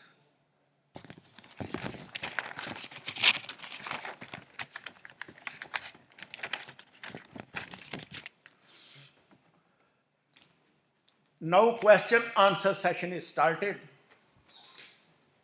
मैं आपसे रिक्वेस्ट करूंगा कि आपके ज़हन में जो भी कोई बात है, ये ज़रा देख लीजिए सर, ये अमेंडमेंट नज़र से शेयर 2C बाद में ऐड किया गया। अब बात आपकी दुरुस्त है, वो जो आपने बात डिसोबीडियंस के बारे में मिटा के उन्होंने 2C अब ऐड कर दिया कि अगर आपका इंजंक्शन अगर आप वायलेट कर रहे हो तो तब क्या होगा। आप सवाल कर लीजिए, नहीं तो हम सवाल करेंगे फिर आपसे। ये इनको जरा समझा जी सर। दीजिए। ये न्यू अमेंडमेंट है, मैंने इस पे कोशिश की थी, इसको समझने सर, की, लेकिन ये मेरे पास नहीं था। 2C जहाँ पे आपको ये कहा गया ना कि जी सब रूल 3 रूल 2 का जिसके अंदर डिसओबीडियंस का लिखा गया था वो ख़त्म कर दिया गया। रूल 2C इंट्रोड्यूस करवाया गया जिसमें लिखा हुआ है कॉन्सिक्वेंसेज ऑफ डिसओबीडियंस और breach of injunction. In case of disobedience of any injunction granted or any other order made under Rule 1 or 2, breach of any of the terms on which the injunction was granted or order made, the court granting the injunction or making the order or any court to which the suit or proceeding is transferred may order the property of the person guilty of such disobedience to be attached and may also order such person to be detained in prison for a term not less than 3 months or 3 months unless in the meantime the court directs his release। और फिर उसका सब rule 2C का डाला गया है कि attachment वाला ही पहले जो था कि अटैचमेंट अगर इन फोर्स 1 साल के लिए रहेगी तो उस बंदे की प्रॉपर्टी भी बिक सकती है। ये चेक कर लीजिएगा, ये देख लीजिएगा 2C यानी जी ये वाली जो फॉर एग्जांपल सीपीसी जो है। और एक बहुत इंपॉर्टेंट चीज़ ये भी होती है कि मुस्तनद सीपीसी देखें, ये वाली जो सीपीसी फॉर एग्जांपल है इसके अंदर 2C नहीं मौजूद। कौसर ब्रदर्स सॉरी अल हक लॉ वालों ने जो बीच में छापी है उसके अंदर 2C नहीं मौजूद। पंजाब बार काउंसिल की जो एक सिविल मेजर एक्ट है उसकी सीपीसी छपी हुई है उसके अंदर मौजूद है, अभी उसके अंदर मौजूद है। और सबसे ज़्यादा मुस्तनद वैसे आमिर रज़ा साहब की सीपीसी होती है, वो we don't have it handy right now, मगर उसको भी आप फॉलो करें। So what is important for you guys to note also in this is कि up to date law, Pakistan code, Punjab laws, वहाँ पे भी लेटेस्ट अमेंडमेंट्स जो इसके अंदर तब्दीलियाँ वगैरह होती रहती हैं वो भी आप एग्जामिन करते रहें। और ये चीज़ आपको हाई कोर्ट की वेबसाइट के ऊपर भी ऑर्डर्स मिलेंगे। कोई बता सकता है कि ऑर्डर्स उन्होंने खास तौर पे हाई कोर्ट की वेबसाइट पे क्यों डाले हुए? सीपीसी में ऑर्डर्स कौन बनाता है? हाई कोर्ट बनाता है, तो उन्होंने ही अमेंडमेंट्स वगैरह वहाँ पे रखी हुई है। सेक्शंस के अंदर अमेंडमेंट हाई कोर्ट कर सकता है? सेक्शंस की सीपीसी के अंदर अमेंडमेंट्स में अगर आप देखेंगे, और ख़ास तौर पे आज जो हमने सीपीसी अमेंडमेंट्स स्ट्राइक डाउन करवाई थी, vice chairman Punjab bar council वाला जो मुकदमा था उसमें गवर्नमेंट ने इम्पॉर्टेंट नुक्ता वहाँ पे सेक्शंस के अंदर तब्दीली करके ऑर्डर्स के अंदर जो चीज़ें थी उनको नलिफाई कर रहे थे। That was part of the grounds that we took there as well. तो वो भी आप मेहरबानी करके सारे का सारा एग्जामिन वगैरह करें, उसका क्या इफेक्ट होता है। इंजंक्शंस पे कोई क्वेश्चन किसी का दोस्त का प्लीज पूछो सर।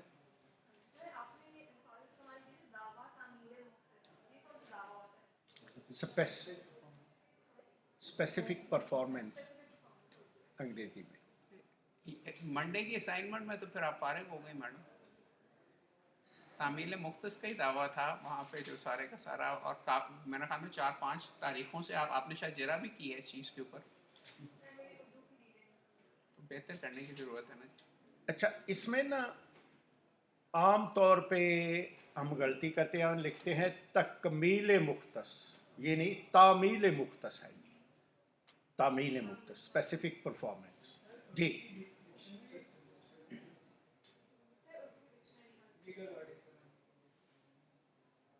आपने क्या कहा है? उर्दू की कोई डिक्शनरी लोगत पूछ रहे हैं कि कौन सी अच्छी होगी लीगल ये समझने के लिए लैंग्वेज वगैरह। जो मैं अपने यूज़ में रखी हुई है वो तो तंजील और रहमान की डिक्शनरी है।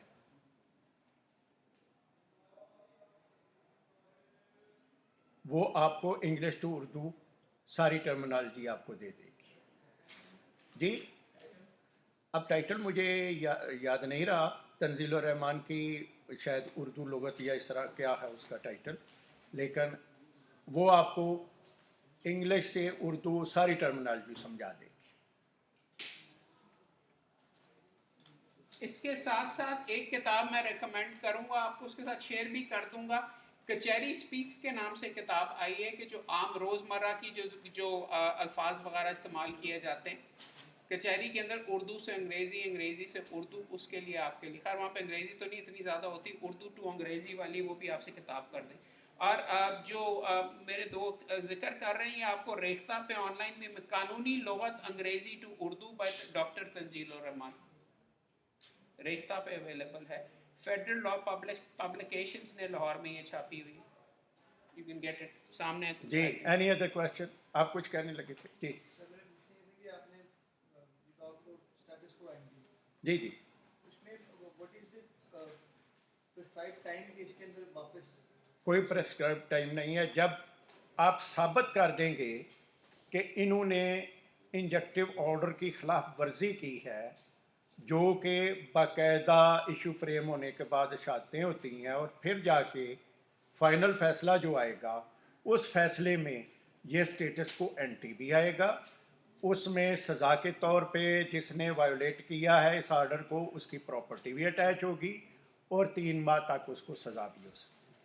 ये जो अभी पढ़ के सुना रहे थे आपको, यही है बात।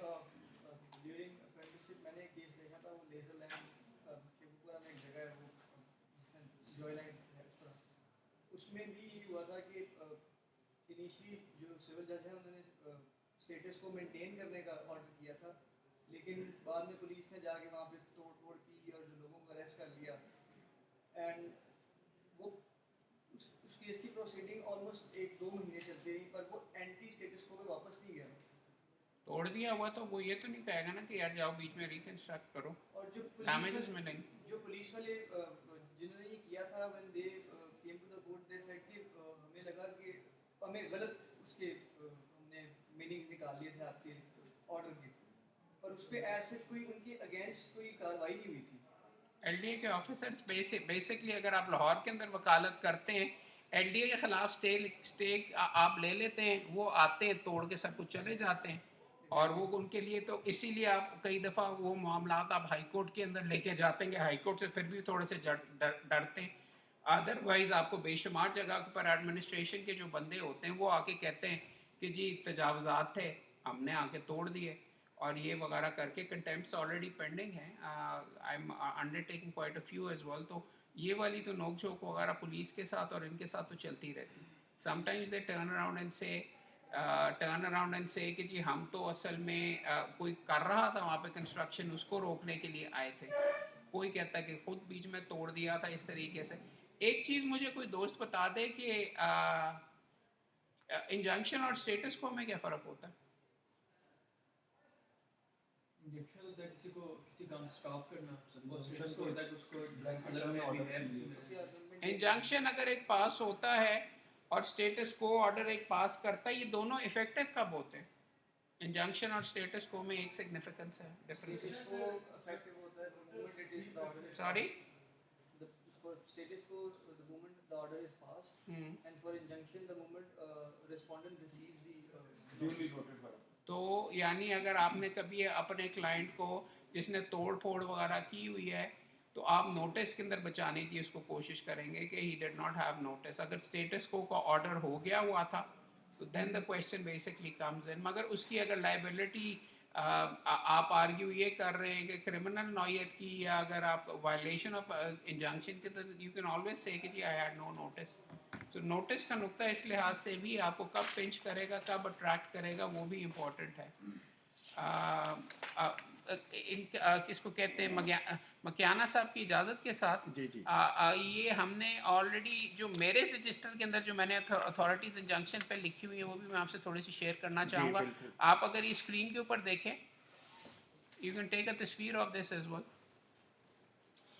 मैं ऑनलाइन जो मैंने रजिस्टर बना के रखा हुआ है इंजंक्शन के ऊपर, और चंद नुक्ते पढ़ के भी कर देते हैं। अगर आप गवर्नमेंट डिपार्टमेंट हैं उसकी तरफ से आप पेश हो रहे हैं और इंजंक्शन कर दिया उनके काम रोकने के लिए, तो वहाँ पे पहला है कि 2014 CLC 8600 कि day to day functioning of a particular authority के लिए इंजंक्शन नहीं हो सकता, इसकी वायलेशन है, तो ये जजमेंट आप साइट कर सकते हैं। Injunction against public functionary on grounds of financial law could not be issued 2013 CLC 333। Plaintiff claims that he was ये करके he be not dispossessed except partition के जरिए। यहाँ पे सूट डिक्री हुआ, ये को शेयरर्स वाला मामला था 2013 YLR 489। Suit on the basis of unregistered deed, interim injunction was waived due to defect in the title. अगर वहाँ पे हो टाइटल में आपको खराबी निकालना है तो 2013 CLC 744 और आपका आगे ad interim injunction would not be issued relating to joint land, rather suit for partition will be filed. यही वाले नुक्ते जो मकियाना साहब ने किए हैं. Public street could not be allowed और कंस्ट्रक्शन उसके ऊपर नहीं हो सकती. इंक्रोचमेंट का अगर मामला है तो 2012 Sindh 250 issuance of status quo, no new situation should be created in the garb of an interim injunction. इस तरीके का इंजंक्शन नहीं मिल सकता. PLD 2012 434. इस तरीके के एज यू विल सी कि इंजंक्शन दर इंजंक्शन आपको जजमेंट्स वगैरह मिलेंगी काफ़ी. पूरी किताबें भी आपको काफ़ी इसके अंदर अवेलेबल हैं. So it is a very very rich field जिसको आप एग्जामिन कर सकते हैं. और अगर कोई सवाल वगैरह है क्या ना सब आपको अच्छा, मैं आपको एक बात बताना चाहता था. ये जो कंटेम्प्ट प्रोसीडिंग्स हैं ये सेमी क्रिमिनल होती है और इसमें जिसके खिलाफ आपने कंटेम्प्ट एप्लीकेशन मूव की हुई है उसको पेश होना पड़ता है इन पर्सन. अदालतें बाज़ औक़ात रिलैक्सेशन दे देती हैं लेकिन चूँकि सेमी क्रिमिनल होती हैं ये इसलिए उनको पेश होना पड़ता है. और कोई क्वेश्चन आपकी तरफ से? एड इंटरम इंजंक्शन क्या होता है, कोई दोस्त बता सकता है? इंटरम इंजंक्शन और एड इंटरम इंजंक्शन क्या होता है? लिखा जाता है नीचे एड इंटरम इंजंक्शन में ऑल्सो काइंडली बी ग्रांटेड. क्या मतलब? पहली तारीख पे नोटिस से भी पहले अगर उसके अंदर समन्स वगैरह इशू नहीं किए गए उसके अंदर आप एड इंटरम इंजंक्शन भी मांगते हैं. रिट पिटीशन के अंदर ऑर्डर 39 लगता है. सूट का वर्ड लिखा हुआ अमूमन सेक्शन 151 यूज किया जाता है वहाँ पे लिखने के लिए. You can always say read with order 39 rule 1 and 2. कोई दोस्त ये बता सकता है कि रिट जुरिस्डिक्शन के अंदर स्टे एप्लीकेशन की ज़रूरत होती है? आपको रिट के अंदर जो आपने इंटरम रिलीफ लेनी है वो अलग एप्लीकेशन के ज़रिए मांगते हैं. वो आप उसी के अंदर नीचे लिख डालते हैं मेन प्रेयर के अंदर पिटीशन के अंदर ही आप मांगते हैं. यहाँ पे भी आप कर सकते हैं अगर आप स्टे एप्लीकेशन कभी भूल गए और आपने यहाँ पे लिखी हुई. मैं अमूमन फॉर एग्जांपल दोनों में लिख देता हूँ. मेन प्रेयर के अंदर भी लिख दें और अपने जूनियर को कहता हूँ कि जाओ यार भाई स्टे एप्लीकेशन तुम बनाओगे उसके अंदर यहाँ से उठा के ये करने के लिए they can manage it as well. So balance of convenience inconvenience क्या भला होती है? ये अगर इंजंक्शन ग्रांट हो गया तो किस पार्टी को फायदा हो, कौन सी पार्टी ज़्यादा सफर करेगी? क्या मतलब प्रैक्टिकली एग्जांपल में बताओ ना. सर लेट्स सपोज अगर हम इंजंक्शन कोई पार्टी ले रही है कि ये जो घर है ये बिल्डिंग कंस्ट्रक्ट ना हो उस पे इंजंक्शन ले रही है तो इससे कौन सी पार्टी को ज़्यादा नुकसान हो रहा है तो वो देखा जाता है. कौन सी पार्टी को नुकसान हो रहा है? आपके घर के साथ स्काई स्क्रैपर बन रहा है उसने करोड़ों रुपए अरबों रुपए लगाए हुए हैं और आपका सिर्फ रोशनी रुक रही है लाइट वगैरह कुछ अरसे टाइम वगैरह के लिए. तो why should an injunction be granted to you? क्या वहाँ पे माली वो चीज़ देखी जाएगी? आप अपने राइट्स वगैरह को आप वायलेशन को आप कैसे तोलेंगे उसका भी फ़र्क पड़ता है. It's something that needs to be argued. वो तो आगे आके दूसरी पार्टी ये कहेगी जिसको क्या नुकसान वगैरह हो रहा है, ज़्यादा से ज़्यादा लाइट वगैरह यहाँ पे रुक रही है या ये सारे हाँ और इररिपेयरेबल लॉस क्या भला है उस तरफ भी थोड़ी सी एक्सप्लोर कर लो. सर मॉनेटरी कम यानी वो तो हर चीज़ का पैसा दे के हम तुम्हें कर दे सकते हैं. That's why it is called irreparable. ठीक है हर चीज़ की यहाँ पे कीमत है तो क्या पैसे नहीं लगाए जा सकते? ये बेसिकली मॉनेटरी फंड्स में आ जाता है ना कि आप पैसे से उसकी कीमत नहीं अदा हो सकती इसीलिए उसको इररिपेयरेबल लॉस कहा जाता है. सॉरी कैसे? मसलन give me an example. For example property एलिनेट हो गई है तो वो आपको आप उसकी प्रॉपर्टी तो वापस नहीं आएगी ना है बीच में उसको आप उसकी प्रॉपर्टी की वैल्यू दे दें. उसका राइट है उसकी प्रॉपर्टी आप उसको जबरदस्ती तो पैसे नहीं दे सकते. उसके साथ उसकी अटैचमेंट है उसकी इमोशनल है उसके अलावा उसका मेंटल हेल्थ भी हो सकती है. वो सारी चीजें भी इसके अंदर आ सकती हैं. ये सारी बलाएं कहाँ से आपको पता चलती हैं? कहाँ पे इंजंक्शन ग्रांट होना है कहाँ पे नहीं होना? ये चीज़ें कहाँ पे हैं? हमने भी इसको टच नहीं किया. कौन से कानून में लिखा हुआ है कि where injunction can be granted, should be granted और वेयर इंजंक्शन आर नॉट? उसके अंदर भी सेक्शंस वगैरह, I think you might probably need to take a look at those as well, because उसके सेक्शंस मकैना साहब ने आई बिलीव बनाए हुए थे। ये वाला स्पेसिफिक रिलीफ एक्ट के भी मेहरबानी करके ये सेक्शंस आप एग्जामिन कर लीजिए, दे आर वाइटली इम्पॉर्टेंट। 52 से लेके 57 तक। I'll give you an example. एक बहुत ही अजीम लीडर हैं आजकल, बैरिस्टर हैं, चूंकि बैरिस्टर है CPC स्पेसिफिक रिलीफ एक्ट तो पढ़ा ही नहीं हुआ। ख़ासतौर पे एक्सटर्नल डिग्री वाले जो होते हैं उनको पता ही नहीं होता कि स्पेसिफिक रिलीफ एक्ट क्या होता है और मैडम तामील मुख्तस क्या बला होती है, ये सारी की सारी चीज़ें वो उसके अंदर सी लॉ में ऐड किया हुआ वगैरह, लेकिन पढ़ के भी ना पढ़ा हुआ होता है उनको कख नहीं पता होता। और मैं आपको बता रहा हूँ बहुत बड़ा बीच में आजकल सियासतदान है वो बंदा, बैरिस्टर है, मुझे नहीं पता, आई कांट से। खैर बात ये हुई कि उन्होंने आपको दिखाई रहा हूँ sir, suit recovery of money का दावा था कि इसने मेरे से पैसे लिए, मेरे क्लाइंट को उसने वापस नहीं दिए, वापस करे। उन्होंने प्रेयर ये लिखी कि मैंडेटरी इंजंक्शन में kindly be passed in favour of my client and against the other party, की दूसरी पार्टी इतने पैसे दे। I filed an application under section after I made sure कि टाइम बार हो गया हुआ है। ये क्या उसको कहते हैं अमेंड, ये क्लेम जो है 3 साल जब पूरे हो गए, मैंने 151 की एक एप्लीकेशन दी और उसमें लिखा कि जी मनी इज़ एडिक्वेट कॉम्पनसेशन, इसमें तो ये रिलीफ ग्रांट की ही नहीं जा सकती जो कि ये मान रहा है। और उसके ऊपर दावा खारिज, खूब आगे उसने अंग्रेज़ी बोली, खूब शोर वगैरह मचाया। उसके बाद वो अपील के अंदर गया, उधर से खारिज, उसके अपील के अंदर एक्चुअली हाई कोर्ट गया था, उसके बाद फिर सुप्रीम कोर्ट के अंदर गया, सुप्रीम कोर्ट भी उसके ऊपर हंसी, ये कि जी आपको उसको करना क्या चाहिए था वैसे बाय द वे, अगर मैंने टाइम बार ना करवाया होता, कोई बता सकता? सॉरी, रिकवरी ऑफ मनी क्या करता? इस दावे को क्या कर सकता था?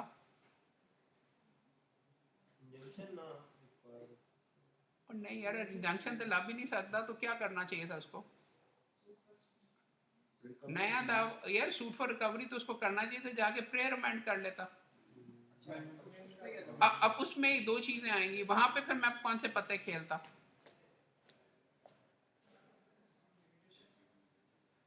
एक तो लिमिटेशन आ जाती ना, changing the nature of the suit amendment में ऑर्डर 6 रूल 17 में अलाउ हो सकता है कि नहीं। और उससे भी ज्यादा फंडामेंटल चीज ऑर्डर 2 रूल 2 क्या बुला है,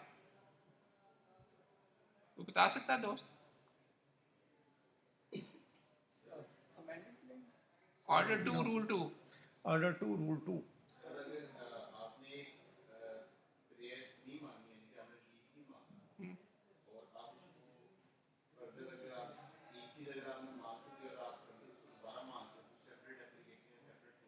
नहीं, ऑर्डर 2 रूल 2 ये कहती है कि जो रिलीफ आप मांग सकते थे और आपने नहीं मांगी, that you are not entitled to thereafter claim the same. So effectively order 2 rule 2 आप इस चीज़ के ऊपर भी खेलते हैं। समझाने की दोस्तों को कोशिश ये कर रहा हूँ, ऑर्डर 39 पे भी हम रुक सकते थे, स्पेसिफिक रिलीफ एक्ट पे भी। ये सारी चीज़ें आपस में जुड़ती हैं, आपस में ये चीज़ें इस्तेमाल करके आपको आपके सामने जब अग्रीमेंट टू सेल के ऊपर भी दोस्त आए, आपस में once you link these things up, that is where the enjoyment of वकालत कम्स इन। आपको फिर कह रहा हूँ, लूडो तो आप खेल सकते हैं, पुगे जाएंगे कि नहीं वगैरह ये करके वगैरह, और that is all left up to chance. But आपने ड्राफ्ट कैसे करना है, you can play chess as well, और हर प्यादा कौन सा कानून आपने कैसे करना और किस तरीके से दूसरी पार्टी को चित करना है, यहाँ पे आके आपकी सोफिस्टिकेशन आती है बार वोकेशनल कोर्स इस चीज़ के बारे में। सो इस अंदाज के अंदर इस वजह से हम तहे दिल से शुक्रगुजार होंगे मकियाना साहब का। उन्होंने सबसे मेरी तो एक्चुअली हमसाई के अंदर से आते हुए कमर टूट जाती है आपको पढ़ाने के लिए, लेकिन मकियाना साहब गुजरात से आए हैं, उन्होंने यहाँ पे इनकी डेडिकेशन और इनकी एबिलिटी, इन्होंने गुजरात के अंदर बार वोकेशनल कोर्स की रीत डाली है। इनकी dedication to the new youngsters वगैरह ये है, और इनको बुलवाने का एक मकसद भी यहाँ पे था कि इनकी ग्रेटनेस को पंजाब बार काउंसिल से हम एक्नॉलेज करें और इनको सल्यूट करें। So sir it was a huge honour for us कि आप हमारे दरमियान आए और हमारे लिए लॉन्ग में ही लिव और may he stay blessed. Thank you very much sir. क्या सब सामने आ जाए जरा ग्रुप फोटो हो जाए प्लीज। मैं अपनी तरीके चलो